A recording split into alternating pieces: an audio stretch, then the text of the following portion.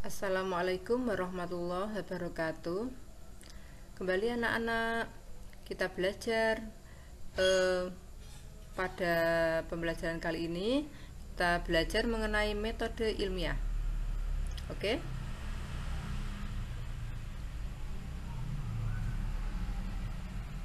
Apa itu metode ilmiah? Metode ilmiah merupakan cara yang ditempuh oleh ilmuwan untuk memecahkan suatu masalah. Sekarang kita belajar apa sih langkah-langkah dalam metode ilmiah. Yang pertama adalah menemukan masalah. Yang kedua, mengumpulkan keterangan atau observasi. Keterangan ini bisa diperoleh dari buku-buku, dari para ahli, kemudian dari berbagai sumber. Yang ketiga, menentukan hipotesis atau dugaan sementara. 4. Merancang dan melakukan eksperimen atau penelitian. Yang kelima, menganalisis data dan menarik kesimpulan. Nah, seseorang apabila melakukan suatu penelitian, maka ia harus mempunyai sikap ilmiah. Nah, apa saja sih sikap ilmiah itu? Yang pertama, rasa ingin tahu. Jadi seseorang ingin tahu terhadap suatu permasalahan. Berikutnya, objektif. Nah, bukan subjektif tapi objektif.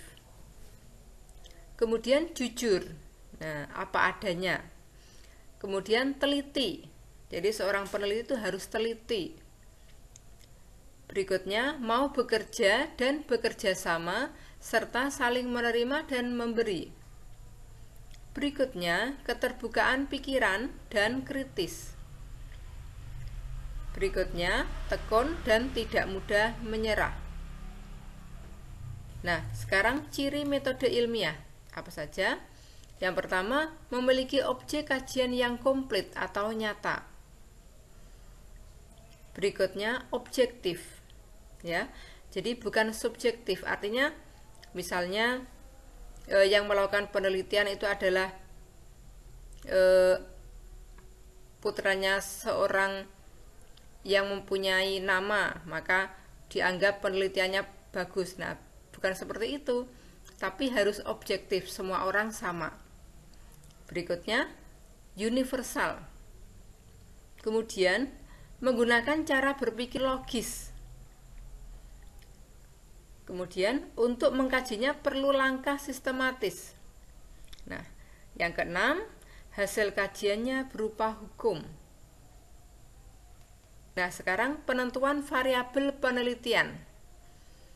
Nah, langkah yang terpenting dalam merancang eksperimen adalah menentukan variabel penelitian. Variabel itu diartikan sebagai peubah, jadi faktor peubah. Nah, macam variabel yang pertama variabel bebas. Jadi faktor yang dibuat bervariasi. Berikutnya variabel terikat. Faktor yang muncul akibat variabel bebas. Yang ketiga, variabel terkontrol, yaitu variabel yang dapat mempengaruhi hasil eksperimen, tapi dijaga agar tidak berpengaruh. Nah, dalam hal ini, variabel terkontrol, variabel yang dibuat sama dalam suatu penelitian.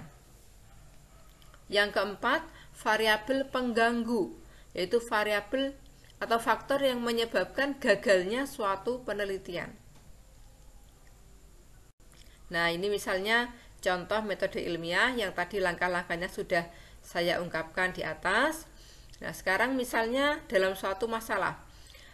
Permasalahannya adalah, apakah tubuh udang dipengaruhi oleh alga yang menjadi makanannya? Nah, ini adalah suatu masalah. Kemudian yang kedua, mengumpulkan keterangan. Nah, keterangan tadi bisa diperoleh dari buku-buku, dari para ahli, dari guru, ya, dari sumber yang lain yang dianggap mampu untuk mengungkapkan suatu permasalahan. Nah, kita sehingga mendapatkan keterangan-keterangan yang dianggap valid. Kemudian yang ketiga, menyusun hipotesis. Hipotesis itu adalah dugaan sementara. Jadi warna tubuh udang mungkin dipengaruhi oleh warna pigmen alga yang menjadi makanannya. Nah, ini adalah dugaan sementara. Berikutnya, melakukan eksperimen. Nah, eksperimen itu percobaan dengan menggunakan 2 akuarium. Masing-masing diberi udang dan diberi makan rumput laut. Nah, rumput lautnya ini ada 2 macam.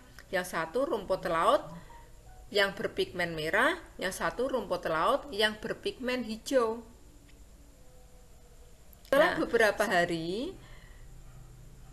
kita mendapatkan hasil bahwa udangnya yang diberi makan rumput laut berwarna merah, udang tersebut kulitnya berwarna merah, dan udang yang diberi makan alga yang berwarna hijau, kulitnya berwarna hijau. Nah, akhirnya bisa disimpulkan bahwa warna tubuh udang dipengaruhi oleh warna pigmen alga yang menjadi makanannya. Jadi kita tadi dari percobaan tadi terdapat variabel. Yang pertama variabel bebas, yaitu menggunakan pigmen alga yang berwarna merah dan berwarna hijau. Kemudian variabel terikatnya, akhirnya didapatkan hasil bahwa warna udang yang berbeda-beda yang dipengaruhi oleh makanannya tadi, yaitu rumput laut berpigmen merah dan rumput laut berpigmen hijau. Variabel terkontrol, variabel yang dibuat sama, misalnya ukuran akuarium, air, tempatnya dalam suatu ruangan yang sama, waktunya juga sama. Kemudian variabel pengganggu, misalnya ada kucing atau anak kecil yang merusak atau menabrak akuarium sehingga kita gagal melakukan suatu penelitian. Nah, sekarang klasifikasi makhluk hidup. Nah, klasifikasi adalah pengelompokan makhluk hidup berdasarkan ciri morfologi. Morfologi itu bentuk luar maupun anatomi dan lain-lainnya yang dianggap merupakan ciri dari suatu makhluk hidup. Berikutnya, sistematika adalah pengelompokan makhluk hidup yang sudah menggunakan aturan tertentu. Kalau ada istilah taksonomi, itu merupakan pengelompokan hasil klasifikasi pada tingkatan yang berbeda-beda atau pada takson yang berbeda-beda. Semakin tinggi jenjangnya, maka akan semakin banyak anggotanya. Tetapi persamaan sifat yang dimiliki anggotanya semakin sedikit. Contohnya pelantai. Pelantai kan ada yang monokotil, ada dikotil. Yang monokotil ada lagi ciri-ciri yang lain. Dikotil juga seperti itu, ada ciri-ciri yang lebih spesifik lagi. Nah, ini semakin tinggi jenjangnya, semakin ke arah pelantai, maka persamaan sifat yang dimiliki anggotanya semakin sedikit, tapi anggotanya banyak sekali. Gitu. Sekarang tujuan dan manfaat klasifikasi. Yang pertama, mendeskripsikan ciri makhluk hidup agar mudah dikenal. Yang kedua, mengelompokkan makhluk hidup berdasarkan persamaan cirinya. Yang ketiga, mengetahui hubungan kekerabatan antar makhluk hidup. Nah, hubungan kerabatnya dekat atau jauh, ini dilihat dari persamaan ciri atau perbedaan cirinya. Yang keempat, mempelajari evolusi makhluk hidup atas dasar kekerabatannya, hubungan kekerabatan. Sekarang macam klasifikasi. Ada klasifikasi sistem alami, ini oleh Michael Adam dan Lamarck.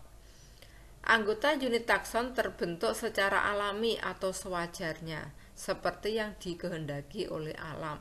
Jadi ada hewan berkaki 2, berkaki 4, maupun tidak berkaki. Ya, kalau tidak berkaki misalnya ular.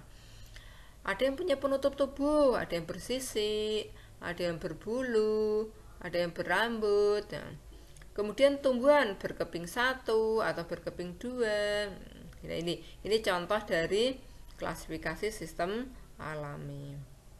Nah, yang kedua, klasifikasi sistem buatan atau artifisial oleh Carolus Linnaeus. Ini mengelompokkan tumbuhan berdasarkan alat reproduksi. Kalau Aristoteles membagi makhluk hidup menjadi 2 kelompok berdasarkan ada tidaknya klorofil dan kemampuan berpindah tempat. Jadi misalnya Plantae kan tidak bisa berpindah tempat. Animalia bisa berpindah tempat. Nah, ini misalnya Theopratus menggolongkan tumbuhan berdasarkan perawakan. Pembagian tumbuhan itu menjadi 4 kelompok. Ada pohon. Kalau pohon itu tinggi besar. Nah, misalnya kayak jati, mangga. Ada perdu, tinggi tapi tidak terlalu tinggi. Misalnya mengkudu, jambu biji. Kemudian semak. Nah, semak-semak ini misalnya ketinggiannya 1 meter di atas permukaan tanah. Misalnya seperti alang-alang, sidaguri. Nah, gulma. Gulma ini adalah yang ada di sekitar tanaman pokok. Jadi misalnya rumput teki, babandotan, nah seperti itu. Kemudian ada Linnaeus, ini merupakan pencetus binomial nomenklatur atau tata nama ganda. Nah, ini tata cara penggunaan tata nama ganda atau binomial nomenklatur. Yang pertama adalah menggunakan bahasa Latin atau yang dilatinkan. Menggunakan 2 kata. Kata pertama disebut dengan genus atau marga, diawali dengan huruf besar. Kata kedua, spesies atau jenis, diawali dengan huruf kecil. Yang keempat, antara kata pertama dengan kata kedua harus dipisah dan digarisbawahi atau dicetak miring. Contohnya, Musa paradisiaka. Ini adalah pisang. Jadi M, Musa, itu adalah diawali dengan huruf besar. Genus paradisiaka, P-nya kecil, adalah spesies. Bisa miring atau digarisbawahi tapi dipisah. Nah, gitu.